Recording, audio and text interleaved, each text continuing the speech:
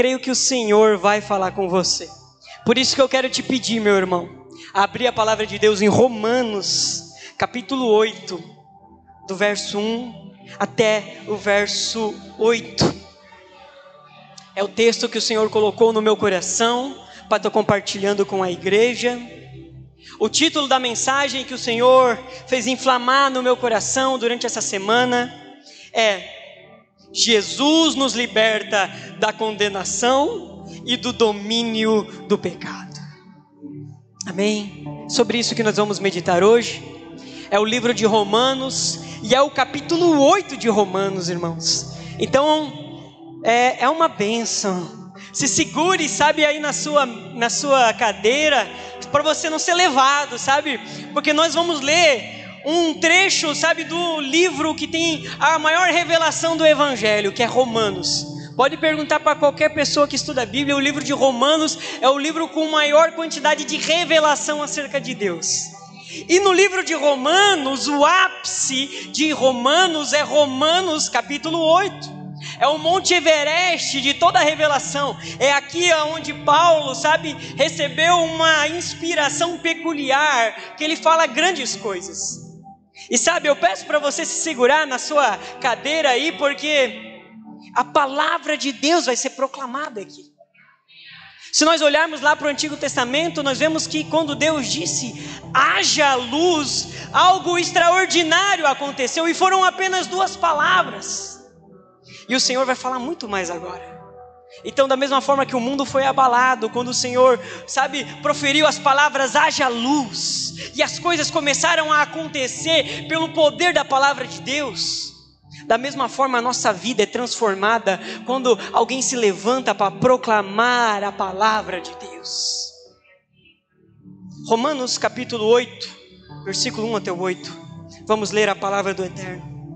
Diz assim, ó: agora, pois, já nenhuma condenação há para os que estão em Cristo Jesus, porque a lei do Espírito da vida em Cristo Jesus te livrou da lei do pecado e da morte. Porque o que fora impossível à lei, no que estava enferma pela carne, isso fez Deus, enviando o seu próprio Filho em semelhança de carne pecaminosa e no tocante ao pecado. E com efeito condenou Deus na carne o pecado, a fim de que o preceito da lei se cumprisse em nós, que não andamos segundo a carne, mas segundo o Espírito. Porque os que se inclinam para a carne cogitam das coisas da carne, mas os que se inclinam para o Espírito, das coisas do Espírito.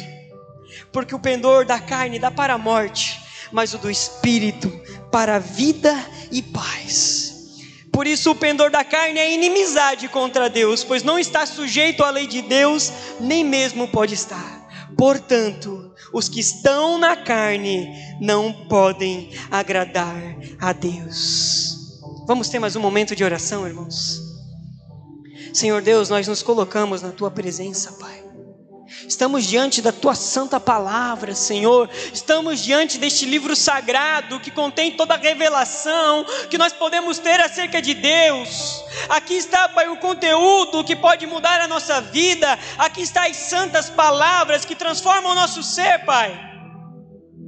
Mas há um empecilho também aqui, Pai. Há um obstáculo aqui, que é a nossa carne, que é a nossa fragilidade, que é esse pregador pequeno, limitado, cheio de falhas, cheio de limitações. É por isso que nós clamamos a Ti, Pai. É por isso porque eu clamo a Ti, porque eu não posso fazer nada aqui, Deus. Porque eu não tenho poder nenhum em mim para transmitir algo para essas pessoas. Mas eu creio e eu me agarro na Tua graça, Senhor. E eu sei que o Senhor pode fazer grandes coisas aqui. Sei que o Senhor pode transformar a nossa vida. O Senhor pode transformar a nossa nação a partir deste evento desta noite. Por isso me usa, Espírito Santo. Por isso me envolve com Teu poder, com a Tua ousadia. Pai, com a força que vem do alto. E guia, Pai, esta congregação para o lugar que Tu quer nos levar. E guia esta congregação para os Teus pés. E guia esta congregação para viver os Teus propósitos, Pai. Assim nós oramos em nome do Teu Filho Jesus. Amém e amém. Queridos irmãos, o mundo que nós vivemos hoje, ele é marcado, sabe, pelo sofrimento, pela dor, pela angústia. Mas o que eu quero dizer hoje aqui é que nem sempre foi assim, sabe? Eu estou gostando hoje de voltar para o Antigo Testamento. Mas quando a gente vai lá para o livro de Gênesis e vai começar a analisar a criação de Deus, a gente vê que não tem nada disso. A gente vê que Deus cria o mundo e Deus, contemplando aquelas coisas, diz: e Deus disse que era bom. E Deus vai lá e cria o ser humano, e quando Deus está ali contemplando o ser humano, o que Ele fez, sabe, através das suas mãos, Deus contempla o ser humano e Deus diz que era muito bom. Então, irmãos, não havia maldade, não havia sofrimento. Mas a grande verdade é que nós estragamos a criação perfeita de Deus. A grande verdade é que nós estragamos, sabe, este mundo perfeito que o Criador criou. Nós estragamos com o nosso pecado, com a nossa falha. Nós corrompemos a sagrada criação de Deus. Quando nós vamos ler Gênesis capítulo 3, nós vemos Deus proferindo juízo contra a terra. Ele olha para Adão, ele olha para Eva, está diante da serpente e ele diz: maldita é a terra por tua causa. E ele começa a dizer que a partir daquele momento a terra ia produzir espinhos e abrolhos. A partir daquele momento a mulher ia ter dores de parto, o homem ia querer, sabe, subjugar a mulher, ia começar a dominar a mulher. E se não bastasse tudo isso, irmãos, a bendita da serpente ainda ia querer destruir todas as criaturas de Deus. Então, irmãos, é nesse cenário que nós estamos envolvidos. Num cenário maculado pelo pecado, onde sim há sofrimento, onde sim há pecado, e esse pecado nos faz sofrer. Porque da mesma forma que o pecado destruiu aquele jardim, expulsou os seres humanos do jardim de Deus, da mesma forma o pecado nos faz sofrer, o pecado destrói as nossas vidas, o pecado destrói a criação perfeita de Deus. Mas há uma boa notícia, irmãos. E eu vim aqui hoje para falar da boa notícia. A boa notícia é que Jesus veio para desfazer as obras do diabo. Jesus veio para consertar este mundo caído, meus irmãos. Jesus veio para mudar a nossa história. É por isso que lá em Apocalipse, olha só o pulo que nós estamos dando. Nós estávamos agora em Gênesis, mas eu quero falar algo que está lá em Apocalipse. Lá em Apocalipse, se eu não me engano, está no capítulo 21. Jesus diz: eis que faço novas todas as coisas. Então Deus, Ele se propõe a arrumar este mundo caído, e nós estamos, sabe, neste processo. Deus ainda não consertou todas as coisas, mas o que eu quero ministrar aqui hoje é que Deus começou a consertar as coisas através da morte de Jesus na cruz do Calvário. E a partir dali há um progresso rumo ao ápice da Nova Jerusalém. O que eu quero ministrar hoje aqui é que com a morte de Jesus na cruz, Ele nos libertou da condenação do pecado. Com o envio do Espírito Santo, Ele nos libertou do domínio do pecado. Sabe, na Nova Jerusalém, quando as trombetas soarem, os mortos ressuscitarem, aqueles que estiverem vivos vão ser arrebatados para o céu, e haverá ali, sabe, uma transformação do nosso ser. E os nossos corpos corruptíveis serão revestidos de incorruptibilidade. Então, nesse momento, de uma vez por todas, nós seremos livres da presença do pecado. Amém? Então é gradual. Primeiro foi da condenação, depois é do domínio, e lá na frente vai ser da presença do pecado. Amém? Hoje nós vamos nos ater apenas à libertação da condenação do pecado e à libertação do domínio do pecado. E se nós saímos daqui hoje, irmãos, compreendendo que somos livres de toda condenação e livres de toda a amarra do pecado, eu tenho certeza que a nossa vida durante essa semana, durante esse mês, durante o término desse ano, será diferente. Amém? Glórias ao nome de Jesus. Vamos meditar então nesse texto de Romanos capítulo 8. E vamos com calma, amém? Vamos com calma, meditando por cada um desses versículos que nós lemos. E tirando, irmãos, as lições que o Senhor tem para nós hoje. Primeira coisa que eu quero ministrar, meus irmãos, é que o Senhor nos liberta da condenação do pecado. É o primeiro ponto, está no verso 1. Começa dizendo assim, as duas primeiras palavras na minha tradução. Agora, pois. Começa assim, Romanos capítulo 8, versículo 1, na minha tradução. Sabe, irmãos, quando a gente começa a ver isso aqui, meio que a gente não consegue compreender, porque Paulo está começando aqui com um advérbio de conclusão. Em algumas traduções está portanto. Ninguém começa uma frase dizendo portanto. Na minha tradução está dizendo aqui agora pois, também tem a mesma ideia. É como se ele estivesse concluindo algo. E é realmente o que Paulo está fazendo aqui. Para a gente entender isso aqui, a gente tem que retornar lá para o capítulo 7 de Romanos e entender qual que é a tese que Paulo está apresentando em Romanos capítulo 7. Em Romanos capítulo 7, meus irmãos, Paulo ele está tratando de um assunto muito complicado. Como o homem pode ser salvo? E ele começa a narrar, sabe, a sua experiência como um judeu que buscava ser salvo por meio da sua obediência à lei. Por meio da sua obediência aos mandamentos de Deus ali revelados no sermão, ali no Monte Sinai a Moisés. Então ele começa a narrar a sua experiência, como ele buscava se justificar diante de Deus, cumprindo mandamentos. E quando a gente vai ler esse capítulo, irmãos, nós vemos que todos aqueles que tentam se justificar diante de Deus, com base no seu mérito, com base nas suas ações, essas pessoas estão em uma grande enrascada. Porque o que Paulo vai revelar no capítulo 7 é que cada um de nós tem um inimigo interno que batalha contra você, que é a sua própria carne. Paulo vai dizer isso em Romanos capítulo 7, que ele tentava fazer o certo, mas a carne dele impedia ele de fazer aquilo que ele precisava fazer. Ele não conseguia chegar diante de Deus e apresentar os seus méritos e falar: eu estou salvo, veja a minha conduta, porque a sua carne o inclinava a cometer o mal e o pecado, porque nós todos herdamos essa natureza de Adão. Todos nós recebemos esta carne, nenhum de nós aqui está isento disso, irmãos. Todos nós somos inclinados para fazer o que desagrada a Deus. Quando então a gente lê Romanos capítulo 7, a gente vê que só pode existir duas conclusões diante disso, se não existisse Romanos capítulo 8.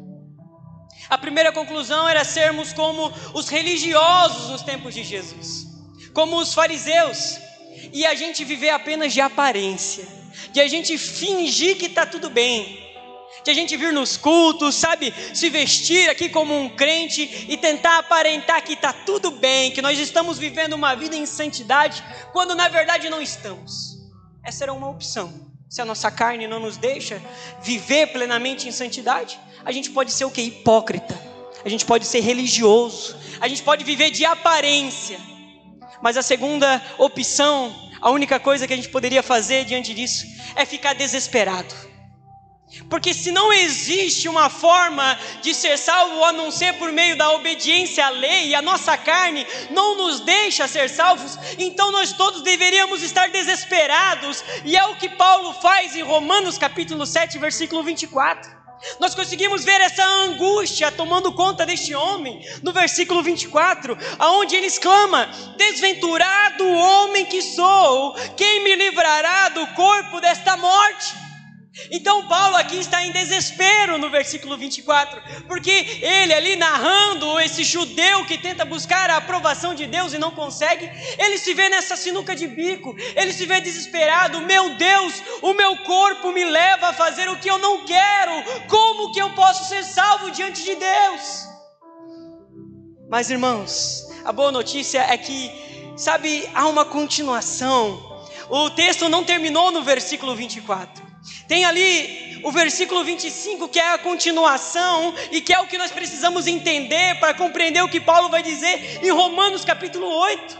O versículo 25, Paulo coloca Jesus na equação. Ele diz: graças a Deus por Jesus Cristo, nosso Senhor, de maneira que eu mesmo com a mente sou escravo da lei de Deus, mas com a carne da lei do pecado. Então, Paulo, ele começa a agradecer a Deus porque Jesus entrou na equação e todo desespero, portanto, cai por terra. Sabe, ele não precisa mais ficar desesperado, ele não precisa mais ficar gritando: meu Deus, o que será de mim? Porque agora há um novo tempo. Agora há um novo tempo iniciado por Jesus, porque Ele entrou na história para nos tirar do desespero, para oferecer para nós um novo tempo. É por isso que Romanos capítulo 8, versículo 1 começa dizendo: agora, pois, é um novo tempo que Deus tem para nós, meus irmãos. Agora há esperança para nós, meu querido irmão. Nós não estamos mais lançados ao acaso. Há esperança para nós em Cristo Jesus. Sabe, se você tem vivido uma vida sem sonhos, sem esperança, sabe, sem projetar algo para o futuro, eu quero dizer que nós estamos vivendo um novo tempo. Agora, pois, nós podemos descansar. Agora, pois, é o que nós estamos vivendo. Não mais largados ao acaso, não mais sem perspectiva de futuro, mas agora nós estamos na mão de Deus. Mas agora nós vamos viver aquilo que Deus tem para nós. Comece a sonhar, meu irmão. Comece a planejar. Comece a ter brilhos nos olhos ao olhar para o futuro, porque Deus te tirou da aflição, Deus te tirou do desespero para te dar uma nova vida. Há uma nova vida em Cristo Jesus. Agora, pois. Continuação desse versículo é assim: agora, pois, já nenhuma condenação há para os que estão em Cristo Jesus. Então nós vemos, meus irmãos, que nesse novo tempo inaugurado por Jesus, não há mais condenação. Então existe a possibilidade de toda essa condenação dos pecados que eu e você cometemos, desses pecados não caírem sobre a nossa vida em juízo. Existe uma possibilidade, é o que ele está dizendo aqui: agora, pois, já nenhuma condenação há para os que estão em Cristo Jesus. E sabe, nesse ponto é importante eu informar os irmãos que nenhum de nós é isento de pecados.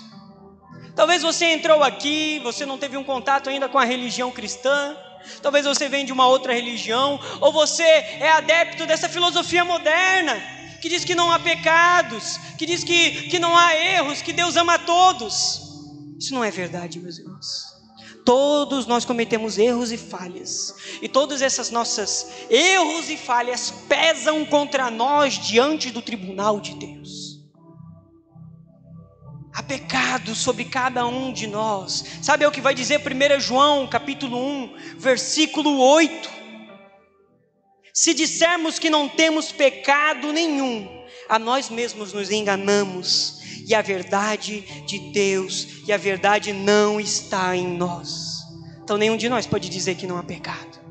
Sobre cada um de nós há um mar de erros, há um passado que nos condena sobre cada um de nós. Então, longe de Cristo, fora desse novo tempo que Jesus inaugurou, nós estamos sim condenados. Longe de Jesus, nós estamos sim perdidos. Mas há uma boa notícia, o versículo continua, 1 João capítulo 1, versículo 8, nós lemos. Mas agora, o versículo 9, onde João nos apresenta aqui a possibilidade de a gente escapar desse juízo que está contra a nossa vida. Se confessarmos os nossos pecados, Ele é fiel e justo para nos perdoar os pecados e nos purificar de toda a injustiça. É isso, meus irmãos. Há sim muitas coisas contra nós, mas há uma possibilidade de nós não sermos condenados. Há um novo tempo inaugurado por Jesus, no qual nós podemos não ser condenados. E é o que Paulo está dizendo em Romanos capítulo 8. Ele está dizendo: agora, pois, já nenhuma condenação há para os que estão em Cristo Jesus. Então, irmãos, o modo pelo qual nós escapamos dessa condenação que está reservada contra nós é nos ligarmos pela fé em Jesus Cristo. É o que nós precisamos aprender hoje aqui, que nós precisamos estar ligados em Jesus. João capítulo 5, versículo 24, palavras do próprio Jesus. Em verdade vos digo, quem ouve a minha palavra e crê naquele que me enviou, tem a vida eterna, não entra em juízo, mas passou da morte para a vida. Glórias a Jesus. Qual que é a condição que Jesus apresenta aqui para alguém não entrar em juízo, mas passar da morte para a vida? É crer nas suas palavras, é crer naquele que o enviou. O que nos une a Jesus, meus irmãos, é a nossa fé. Não é as nossas obras, não é os nossos méritos, não é aquilo que a gente faz para Deus, mas é a nossa fé. Não é uma simples convicção, não é uma simples crença, mas é algo que faz Deus ser uma realidade em nossa vida. É isso que é a fé. A fé não é essa coisa banal que falam hoje em dia. A fé não é essa coisa aí que todos falam que tem que ter. Não, a fé é uma coisa real, que traz o Deus lá do céu para habitar no nosso coração, e isso faz mudar toda a nossa vida. Eu estou falando aqui da fé verdadeira. Eu estou falando aqui da fé de qual a Bíblia diz que nós temos que ter. É uma fé que faz a gente confiar na direção, no cuidado e na provisão de Deus. É uma fé que faz a gente crer que as palavras de Jesus, que a Bíblia é o que deve dirigir os nossos passos. É uma fé que faz a gente ter paz no nosso coração, confiando que o sacrifício de Jesus é suficiente para nos salvar. É uma fé que faz a gente crer que de fato Deus é Pai e zela por cada um de nós e não nos abandonará. Ele vai prover, Ele vai cuidar, Ele vai sustentar. É isso que é a fé que a Bíblia diz. É isso que é a fé que a Bíblia diz. É algo que faz Deus ser real na nossa vida. Não é uma simples crença, não é um simples acreditar, mas é um confiar. É dar um passo no escuro crendo que as palavras de Deus são sabe, o firmamento para os nossos pés. A gente não vê onde a gente está pisando, mas a gente confia que é real. É o que diz Hebreus. Hebreus vai dizer que a fé é a confiança, é a certeza das coisas que nós não vemos. Nós não vemos Deus. Deus não aparece todos os dias no nosso quarto, nos pega pela mão, nos levanta e diz, vai fazer alguma coisa. Não, nós agimos com base na fé. Mas por causa da fé, nós sabemos que Deus diz todos os dias para nós, se levanta e vai cumprir a minha vontade. Então nós precisamos ter esta fé, porque somente com essa fé nós vamos ser libertos da condenação do pecado. Por isso que o verso 2 vai dizer, porque a lei do Espírito da vida em Cristo Jesus te livrou da lei, do pecado e da morte.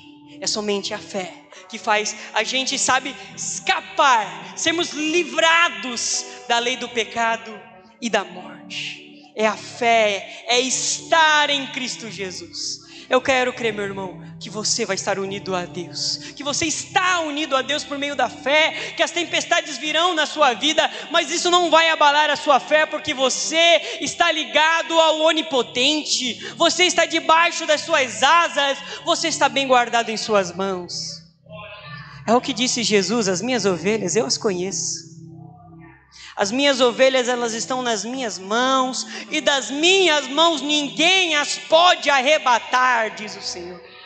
Então as provações vão vir, meu irmão, mas você não vai escapar das mãos de Deus, porque você está unido a Ele pela fé. E essa fé não passa não. O mundo passará, mas as coisas de Deus não passam não. A próxima moda vai surgir e vai ser substituída por outra moda e outra moda, mas a palavra do Senhor permanecerá para sempre.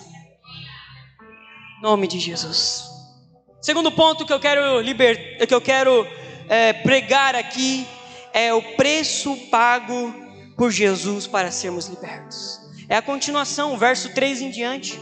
Paulo, ele apresentou ali os argumentos iniciais que nós estamos livres da condenação do pecado, mas ele precisa explicar como que nós somos livres.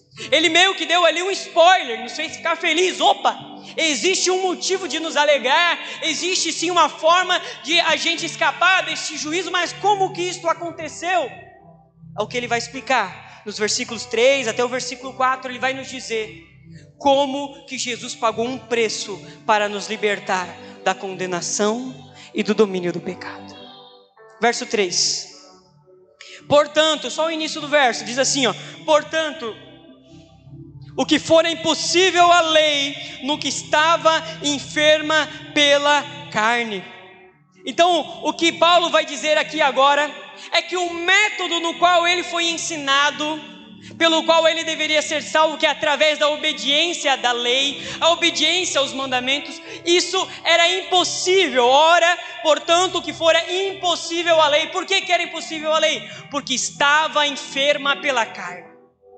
Então ele estava dizendo aqui que a carne dele o impedia de ser salvo diante de Deus, porque ele fazia tudo corretamente, mas no fim do dia ele dava um deslize. E sabe, meus irmãos, existe aquele argumento, aquela ilustração que todo mundo já apresentou, né? Imagina que aqui tem um copo com 99% de água potável, mas eu vim aqui e coloquei uma gota de esgoto, sabe, do maior churume que existe lá no rio Itaúmirim. Você vai tomar essa água aqui? Você não vai tomar essa água. Quem dirá o Deus Todo-Poderoso? Então, meus irmãos, o que era impossível à lei, porque estava enferma pela carne. A carne é esse churume, a carne é esse esgoto que contamina as nossas boas obras e que não nos fazem poder ser salvos pela obediência à lei. Nós não podemos por causa da carne. Ninguém pode ser salvo diante de Deus com base em regras, com base em ações. Não adianta, eu venho para os cultos todos os domingos, eu me visto como crente, a minha Bíblia está aqui debaixo dos meus braços, eu cumpro o ritual, o pastor até gosta de mim, eu faço tudo certinho. Isso é insuficiente diante de Deus. Ainda que a gente faça tudo isso, meus irmãos, os nossos pecados ainda continuam a pesar contra nós diante de Deus. E um Deus santo não esquece pecados. Os pecados precisam ser pagos. Então restava ainda uma condenação, com base em rituais religiosos, com base em religiosidade. Ninguém pode ser salvo. A Bíblia é bem clara ao dizer isso. Gálatas capítulo 3, versículo 11. E é evidente que pela lei ninguém é justificado diante de Deus, porque o justo viverá pela fé. Sabe aonde que eu quero chegar com isso, irmãos? Quero chegar a fazer-nos entender que o nosso coração deve estar cheio de humildade, porque nós somos esse churume, esse esgoto que contamina a água. Nós não chegamos diante de Deus exalando virtudes, nós chegamos diante de Deus exalando pecados, maldades, exalando toda a inclinação ruim do coração humano. Irmãos, há uma frase que deve representar o que a gente pensa. Eu até trouxe ela no estudo de terça-feira aqui. Diz assim a frase: nada em minhas mãos eu trago, simplesmente a tua cruz me apego. Nu eu espero que me vista, desamparados aguardo a tua graça, mal a tua fonte corro, lava-me, Salvador, ou eu morro. Então, meus irmãos, esse deve ser, a verdade que deve habitar em nosso coração. Nós não temos nada para apresentar diante de Deus. Nós não temos, virtudes para bater no peito, e não, eu me garanto diante de Deus, não. A gente deve ser como essa frase: nada em minhas mãos eu trago, apenas a tua cruz me apego. Nu espero que me vista, desamparados recorro à tua fonte, Senhor, lava-me, Salvador, eu morro. Se o Senhor não olhar para nós com seu olhar de graça, de misericórdia, nós estaríamos perdidos. Com base nisso eu quero, irmãos, dizer que esse modismo que há hoje em dia, de dizer, eu determino a bênção, eu exijo que a porta se abra, eu não aceito a derrota, olha só, quem dirá eu não. Irmãos, isso não tem nada bíblico. Nós não estamos nessa posição de batermos os pés e exigirmos as coisas. A posição que Deus espera de nós é a do publicano, naquela parábola onde Deus compara o publicano com o fariseu. E o fariseu chega diante de Deus falando: graças te dou, porque não sou como esse publicano pecador, eu dou meu dízimo, eu faço isso, eu faço aquilo. Ao passo que o publicano que estava ali ao lado dele nem ousava olhar para os céus, tão somente batia no peito dizendo: "Sê propício a mim, pecador". É isso que Deus espera de nós, irmãos, é humildade reinando no nosso coração, sabe? Chega de soberba, chega de achar que nós somos alguma coisa porque estamos aqui na igreja há 10 anos, há 15 anos, porque eu tenho uma carteirinha aqui, porque eu falo em línguas estranhas, porque eu prego. Meu irmão, nós precisamos de humildade no nosso coração. A humildade do Senhor precisa reinar em nosso coração. Porque o que fora impossível à lei, porque estava enferma pela carne, o versículo continua dizendo: isso fez Deus. Olha só que boa notícia, irmãos. Sabe que se não tivesse essa frase aqui, nós estaríamos perdidos. Porque o que ele está dizendo aqui é que nós estávamos condenados por causa da nossa carne, mas Deus entrou na história, mas Deus interveio, irmãos. E perceba que não é que nós estávamos condenados e então alguém teve uma boa ideia. Não é que nós estávamos condenados e então os homens se uniram e construíram uma forma de escapar. Também não é isso que está escrito. O que está escrito é: isso fez Deus. Sabe, irmãos, Deus foi quem fez algo para mudar a história. E se Deus não tivesse feito algo, nós estaríamos perdidos. Sabe, a força humana não poderia nos livrar. Nenhuma tecnologia humana.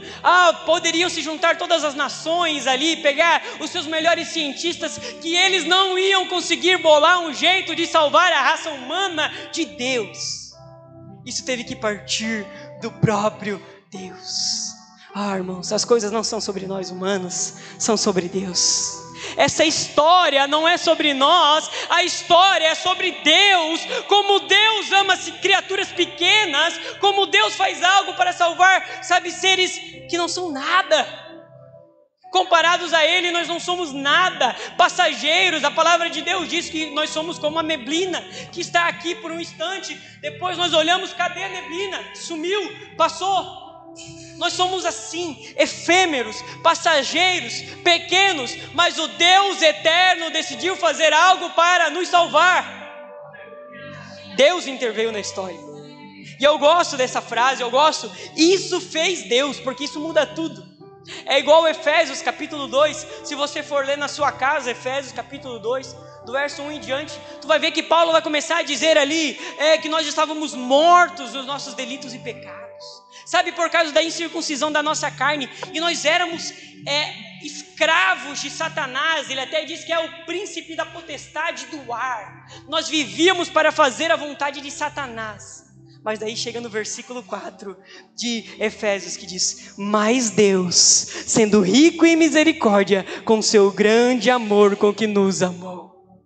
Irmão, esse mais Deus muda tudo. Esse mais Deus é o mesmo que isso fez Deus aqui. Porque Deus interveio na história, há uma esperança para nós. Porque Deus decidiu nos amar. Nós que estávamos mortos, éramos escravos, fomos ressuscitados, recebemos vida e fomos assentados ao lado de Deus nos lugares celestiais em Cristo Jesus.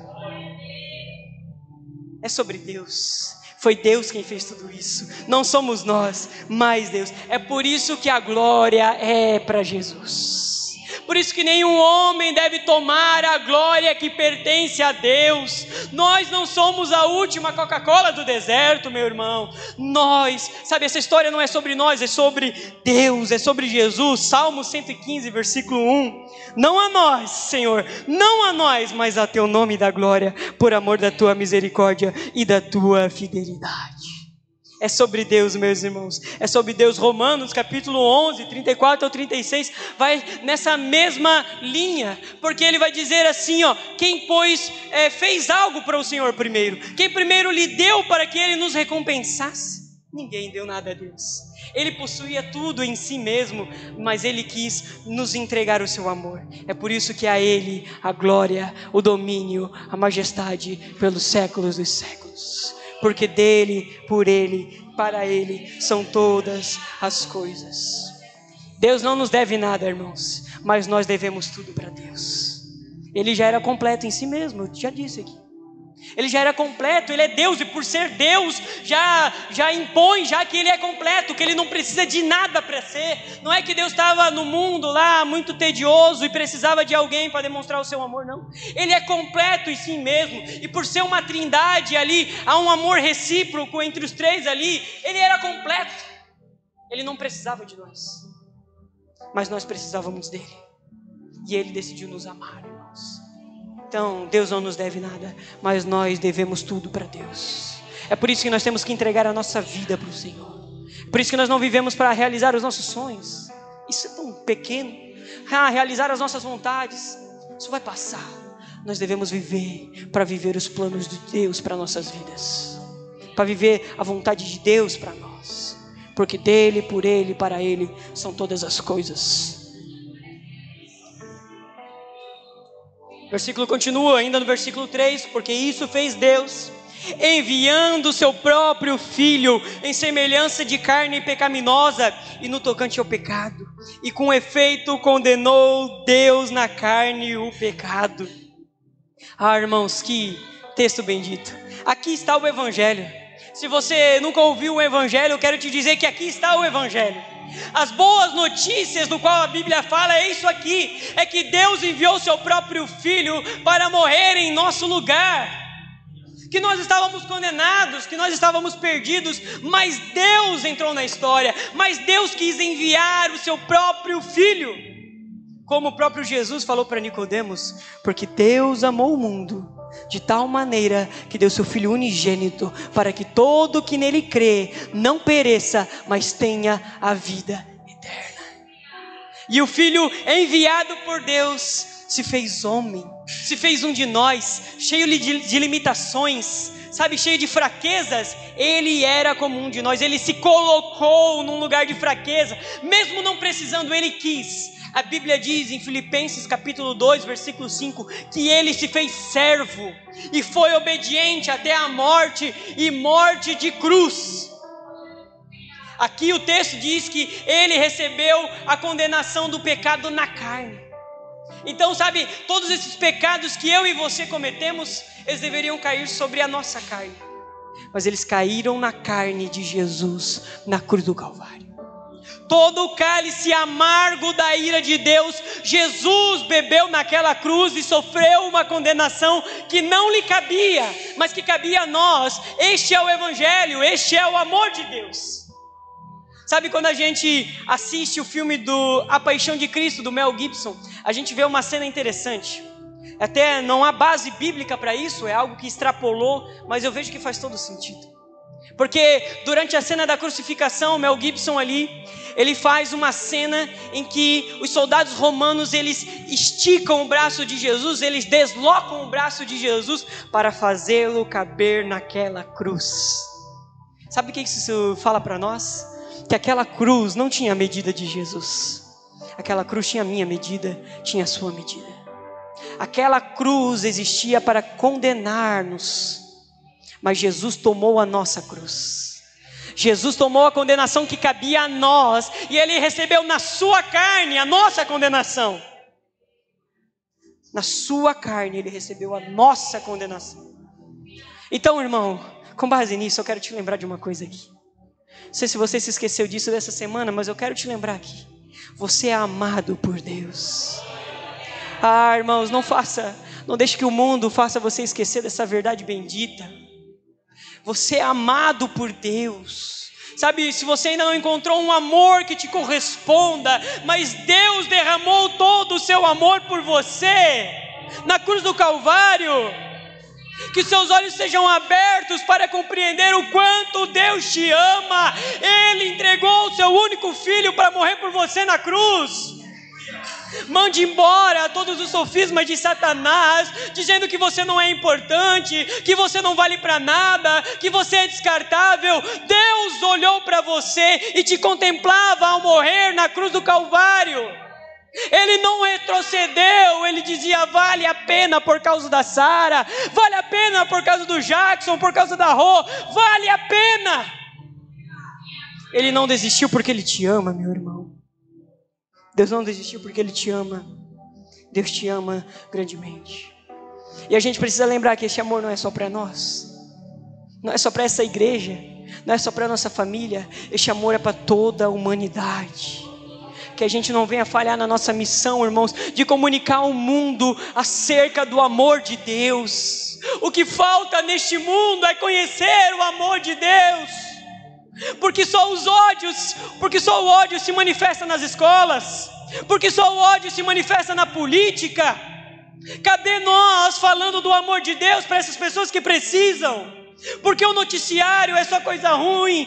Onde está a igreja que deveria estar anunciando acerca do amor de Jesus? Irmão, isso vai mudar o mundo. O mundo precisa ouvir, sabe, as palavras de Jesus. O mundo precisa ouvir acerca do amor de Deus. O mundo não precisa ouvir, sabe, essas socialites, esses influenciadores falando de maquiagem, falando de futilidade. O mundo precisa ouvir acerca de Jesus. E com certeza essa mensagem vai transformar o mundo. Essa mensagem vai transformar o mundo. Glórias a Jesus. Verso 4, irmãos. A palavra de Deus continua. Estamos na metade. A fim de que o preceito da lei se cumprisse em nós, que não andamos segundo a carne, mas segundo o Espírito. Então veja o que Paulo está dizendo aqui. Paulo está dizendo que a justiça que a lei existia, ou seja, a lei ela existia porque ela falava que era necessário existir uma justiça dentro do homem. E essa justiça nós não conseguíamos alcançar por causa da nossa carne. Mas veja o que aconteceu agora. Porque o preceito da lei, a justiça do qual a lei fazia, agora se cumpriu na minha e na sua vida. Deixa eu te falar uma frase aqui, ó. Você é justiça de Deus em Cristo Jesus. Você é justiça de Deus em Cristo Jesus. Me deixa explicar isso. Quero recorrer ao texto de 2 Coríntios, capítulo 5. Versículo 21. É o texto que mais bem explica o que Paulo está falando aqui. O texto diz assim, ó: aquele que não conheceu o pecado. Quem é esse que não conheceu o pecado? Esse é Jesus. Aquele que não conheceu o pecado, Ele o fez pecado por nós, para que nele fôssemos feitos justiça de Deus. Então veja, que esse texto está dizendo que houve uma troca. Porque aquele que não conheceu o pecado, Jesus Cristo, aquele que era santo, aquele que não cometeu pecado algum, ele foi feito pecado por nós. Ou seja, ele recebeu a imputação dos nossos pecados. Ou seja, Jesus recebeu na cruz os nossos pecados. Ele não pecou, mas mesmo assim morreu. Morreu porque estava recebendo sobre o seu corpo o meu e o seu pecado.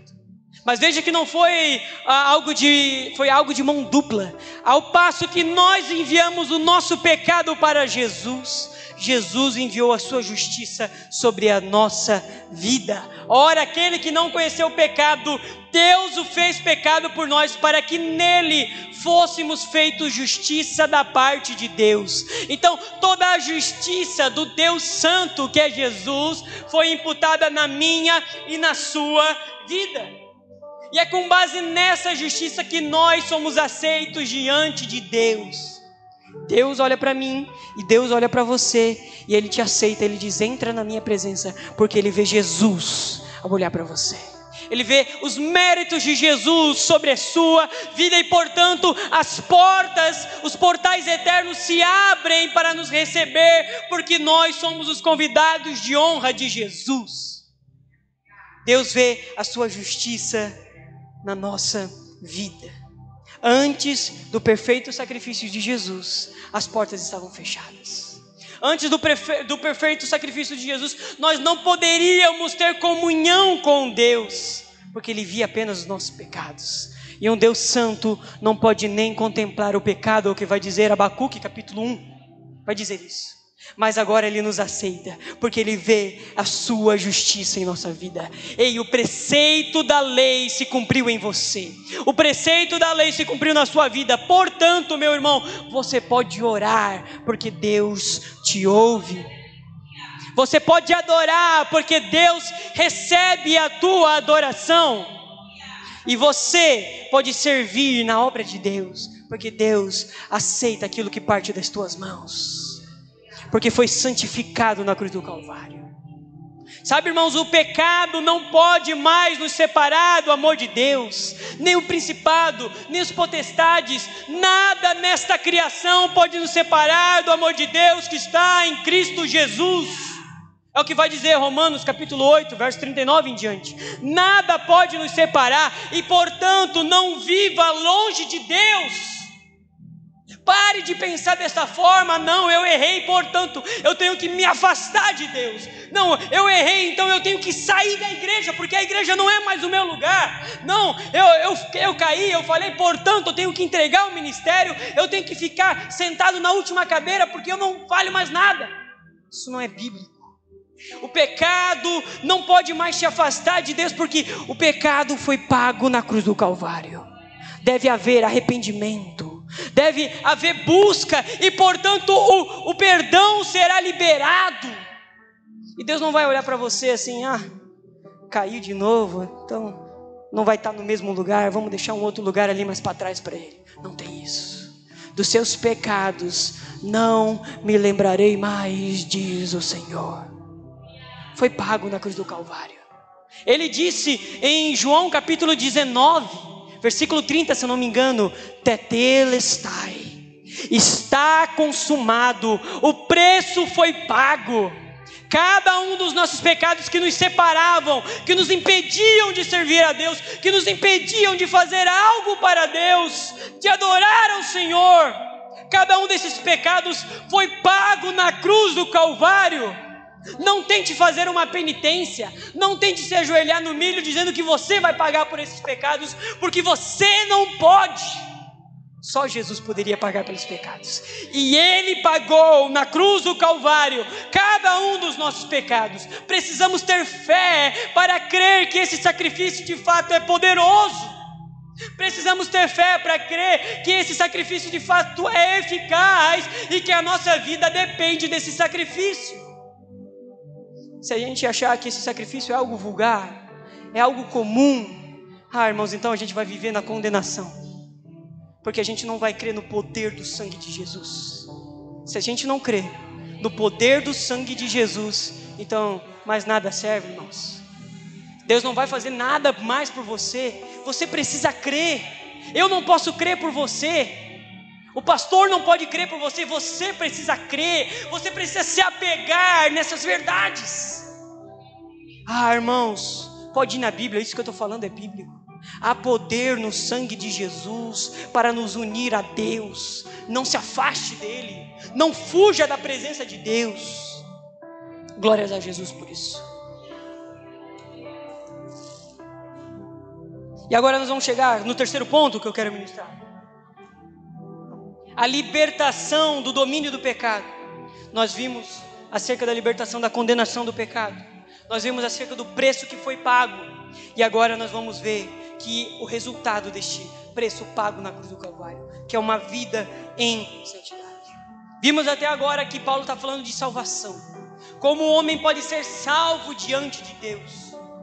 Mas quando nós vamos olhar para a Bíblia, nós não vemos que a salvação é algo futuro. Eu vou ser salvo no último dia. Não é isso que eu aprendo na Bíblia. Quando eu olho para a Bíblia, eu vejo uma salvação que se manifesta aqui e que se manifesta agora. Amém? É o que Jesus mostrou. Jesus não veio para, prometer algo futuro, não. Ele fazia as coisas no presente.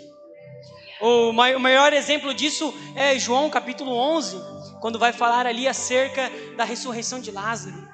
Quando Jesus está chegando ali em Betânia, naquele vilarejo, Marta vem correndo diante dele e já começa a lamentar, porque Jesus estava 4 dias atrasado. E ela começa a conjugar Jesus no passado. Ah, Senhor, se o Senhor estivesse aqui, meu irmão não teria morrido. Ela colocou Jesus no passado. Mas Jesus fala, não, ele vai ressuscitar. Daí ela fala, eu sei que ele vai ressuscitar no último dia. Então ela colocou Jesus no futuro. Ela não conseguia colocar ele no presente. Ela não conseguia ter uma fé que mudava a vida dela no hoje. Ou Jesus faria no passado, ou ele vai fazer no futuro.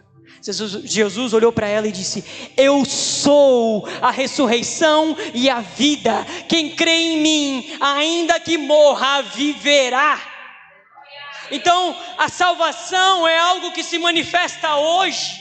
Ninguém vai viver como um condenado e no último dia vai ser absolvido.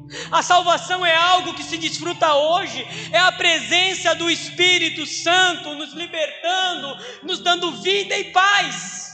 É isso, irmãos. A salvação é algo que se experimenta hoje através da presença do Espírito Santo. É isso que nós vamos ver nos próximos versos. Como o Espírito Santo nos faz viver como salvos, não mais como condenados, porque não resta mais condenação. Se não resta mais condenação, nós não vivemos mais como condenados. Nós não vivemos mais de cabeça baixa. Nós não vivemos mais nos lamentando.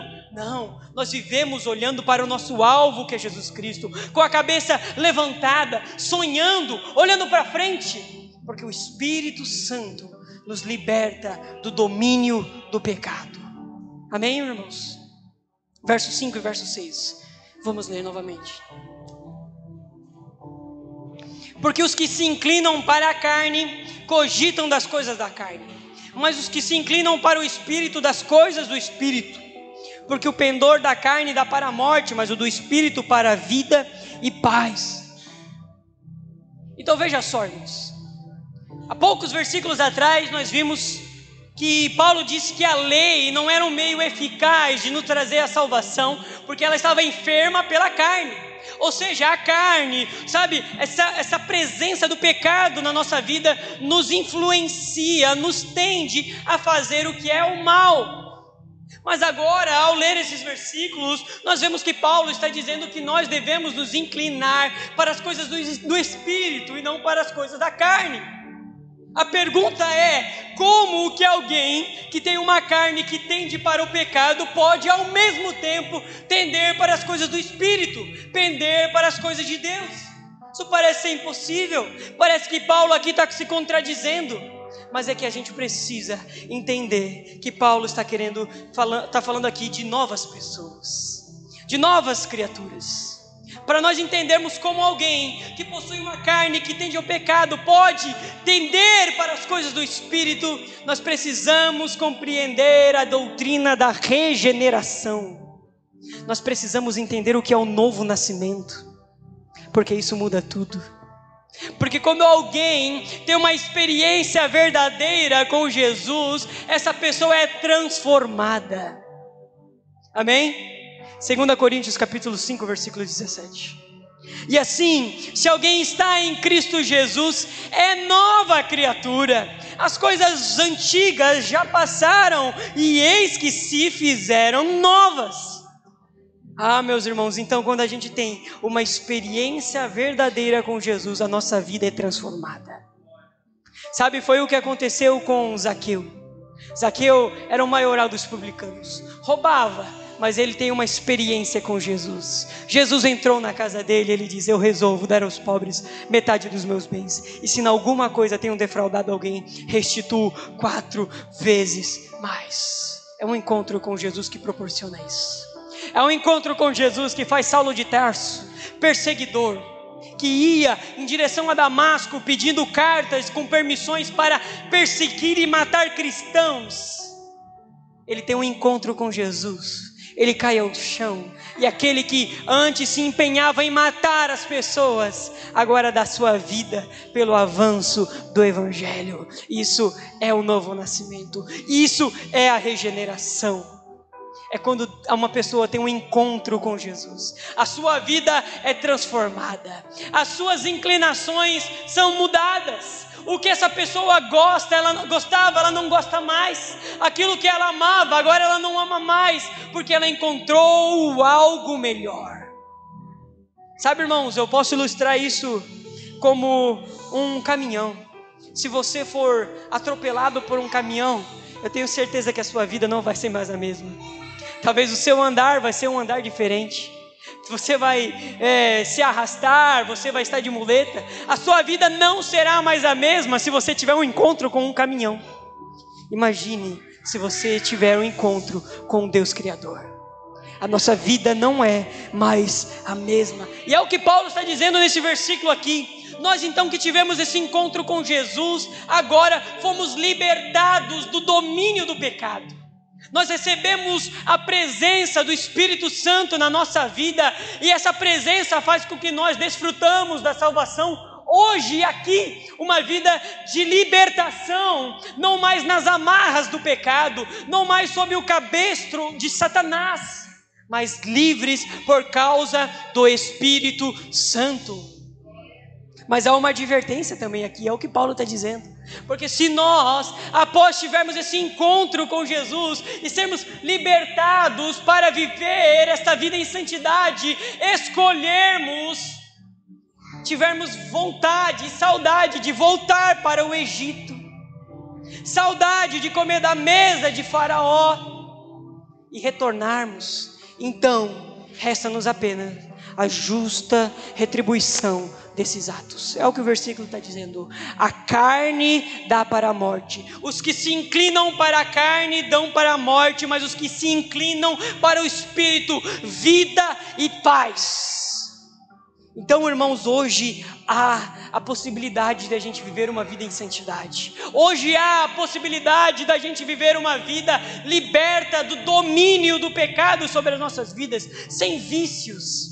Sabe, uma vida de sinceridade. Eu não defendo a doutrina da perfeição, não defendo, mas eu defendo a doutrina da libertação. Eu defendo que o sangue de Jesus nos liberta de todo o pecado. Nós não somos mais, sabe, não estamos mais amarrados. Deus nos libertou para correr na sua presença. Livres nós estamos em Jesus Cristo. Amém? Então nós precisamos nos inclinar para as coisas do Espírito, porque agora existe essa possibilidade. Agora nós podemos escolher se nós vamos nos inclinar para as coisas da carne ou para as coisas do Espírito. Inclinações falam de atitudes, de objetivos. Que seja isso que esteja no nosso coração, agradar a Deus. É a continuação, os 2 últimos versos que eu já vou ler para em seguida ir à conclusão. Diz assim, o versículo 7, versículo 8. Porque o pendor da carne é inimizade contra Deus, pois não está sujeita à lei de Deus, nem mesmo pode estar. Portanto, os que estão na carne não podem agradar a Deus. Então, irmãos, esses 2 últimos versículos vão concluir isso que a gente estava falando. Porque agora que a gente foi liberto pelo poder do Espírito Santo, nós podemos fazer uma escolha em nossas vidas. Essa escolha está lá em Josué capítulo 24, Deus diz, coloco diante de vocês a bênção e a maldição. Escolham o que vocês querem seguir. Daí Josué ele diz, eu e a minha casa nós serviremos ao Senhor. Então nós hoje temos que fazer esta escolha, irmãos.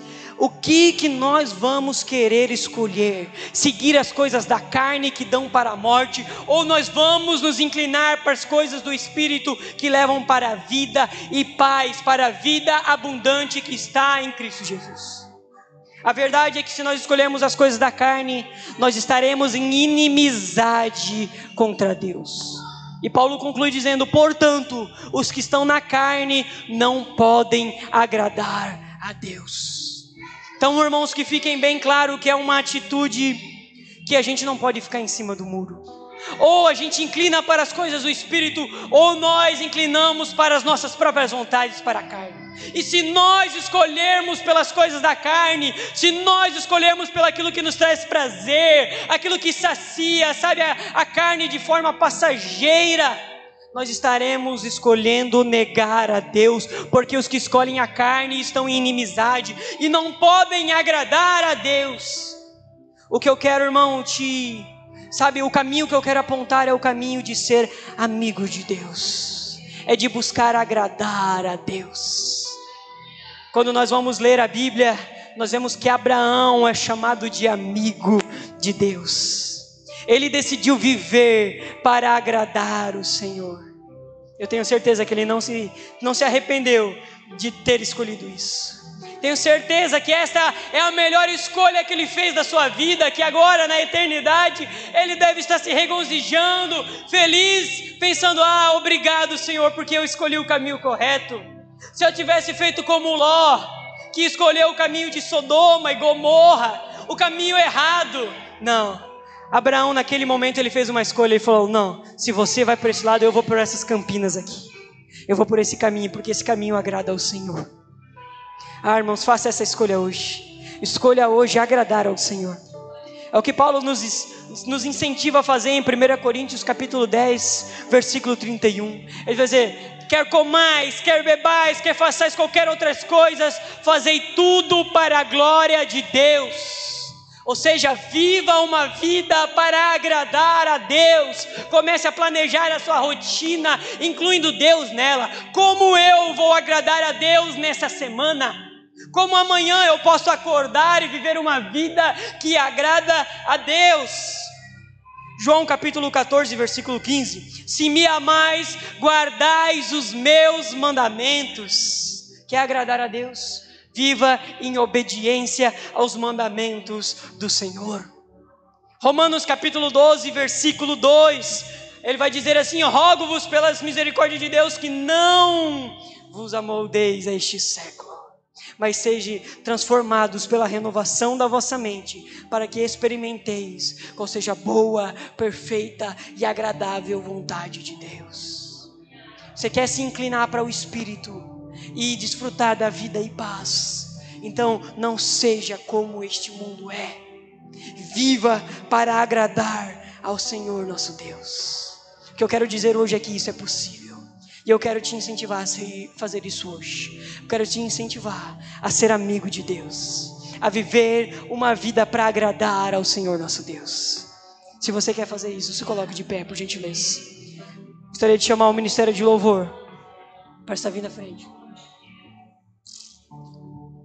O Senhor nos libertou, irmãos, do império das trevas. O sangue de Jesus nos libertou da condenação do pecado. Ele mostrou o seu grande amor por nós, e Ele mostrou aqui hoje que Ele nos liberta de uma vez por todas do domínio do pecado. Ele nos libertou para não mais sermos escravos, mas para vivermos como amigos de Deus. E é isso que nós precisamos, irmãos: ser amigos de Deus, ser íntimos de Deus, um coração com Deus. E é o que nós vamos fazer aqui hoje. Eu quero te convidar, meu irmão, a estar vindo à frente, para estar orando conosco, para estar buscando ao Senhor nosso Deus de forma mais íntima, sabe, de uma busca mais profunda, para nós não mais estarmos no raso, mas para nós vivermos essa vida de amizade com Deus, não de inimizade, não. Eu te chamo a vir aqui hoje, irmãos, para dobrar os teus joelhos, para confessar os seus pecados diante de Deus e viver algo novo. Eu vou estar aqui orando, eu vou estar aqui com os meus joelhos dobrados, pedindo a bênção de Deus sobre a minha vida. E eu quero te incentivar a fazer o mesmo. Vem à frente, meu irmão. Vem à frente, vamos buscar, porque é o que diz a palavra do Senhor nosso Deus. Se o meu povo, que se chama pelo meu nome, se humilhar e se converter dos seus maus caminhos, do céu eu ouvirei, eu sararei a sua terra, eu perdoarei o seu pecado. Há uma promessa, irmãos. Vamos hoje confessar as nossas falhas. Vamos hoje buscar o Senhor nosso Deus, e Ele vai transformar a nossa nação. Ele vai transformar a nossa vida para viver algo novo aqui hoje, em nome de Jesus.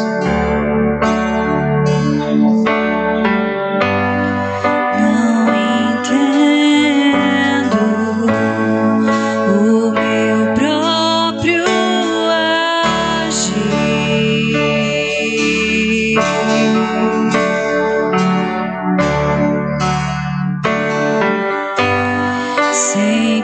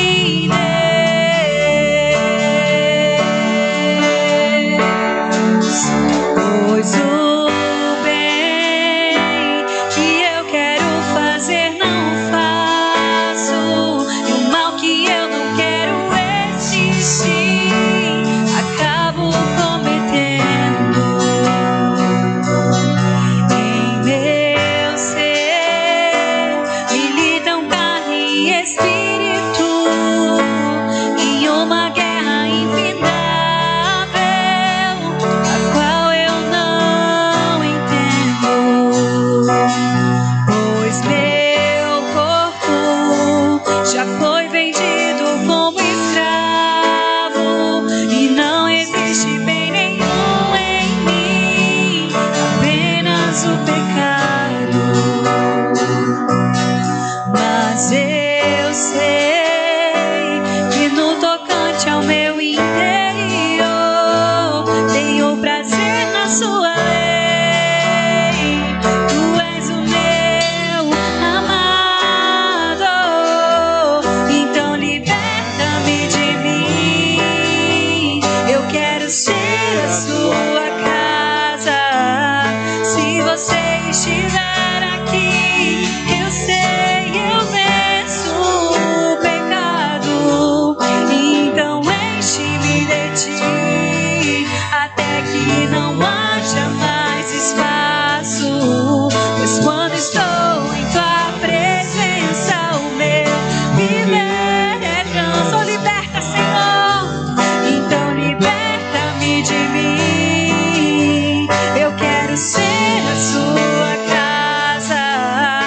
Se você estiver aqui, eu sei, eu venço o pecado. Então enche-me de ti, até que não haja mais espaço. Pois quando estou em tua presença, o meu viver é transformado.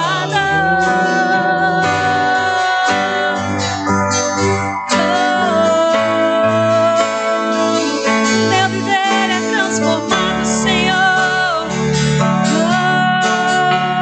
Então liberta-me, então liberta-me de mim. Eu quero ser a sua casa.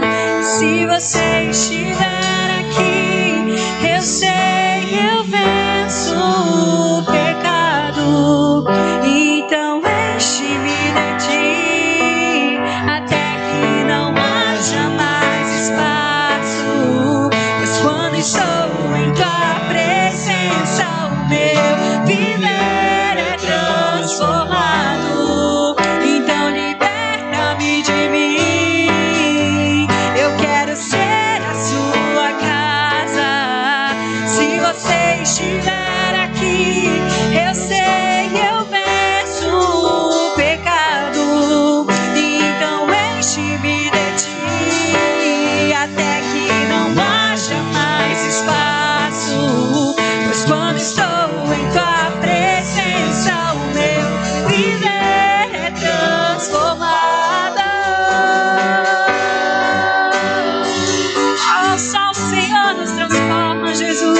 Se o Senhor estiver aqui, nós sabemos que nós vencemos. Oh, só o Senhor, oh, só o Senhor.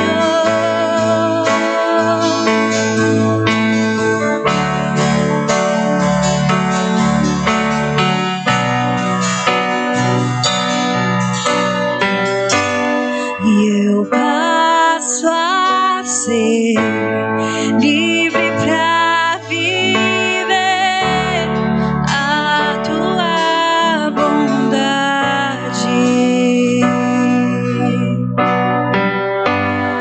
Ao te conhecer, todo o meu ser se enche de bondade.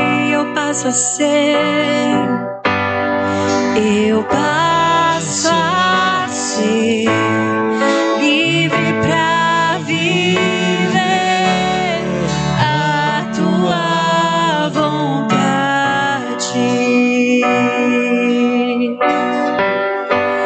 E por te conhecer, todo o meu ser se enche de bondade e reina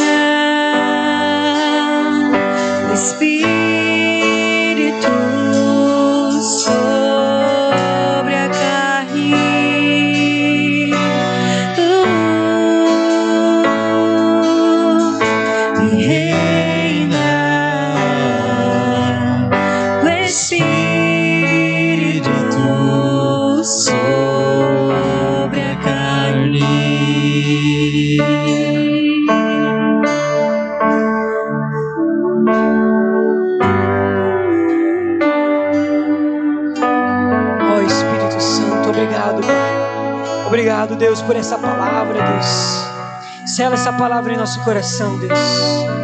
Que sejamos libertos, Pai. Libertos de uma vez por todas de tudo aquilo que nos amarra e possamos correr para viver a Tua vontade. Ó Pai, que a carne não mais nos domine, Pai, mas que o Teu Espírito nos guie para viver em santidade, para viver os Teus planos, para viver a Tua vontade, Deus. Que saiamos daqui, Pai, Te amando mais e mais. Que saiamos daqui, Pai, decididos a viver para Te agradar, para sermos Teus amigos, não amigos do mundo, mas amigos de Deus, Pai. Se nós oramos em nome de Jesus. Amém, amém. Aplauda o Senhor, irmão.